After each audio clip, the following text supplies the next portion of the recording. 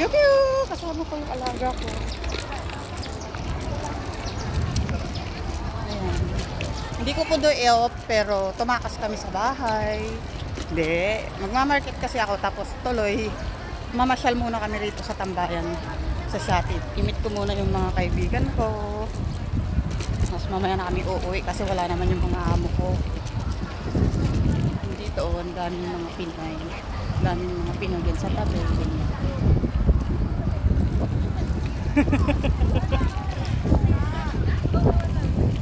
Kasama ko yung alaga ko. Gala-gala muna kami. Ganyan. Oh. Ito, ang sarap ng hangin. Bago ako mag-market, kain muna kami sa tambayan ng mga kasama ko. Hindi ko kasi siya day off.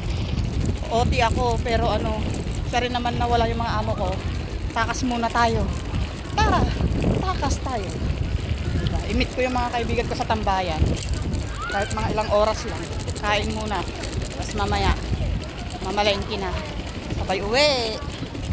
Sarap ng hangin kahit na medyo maaraw, pero mahangin siya. Ang ganda ng view. Diba? Sarap. Sarap ng hangin ng presko.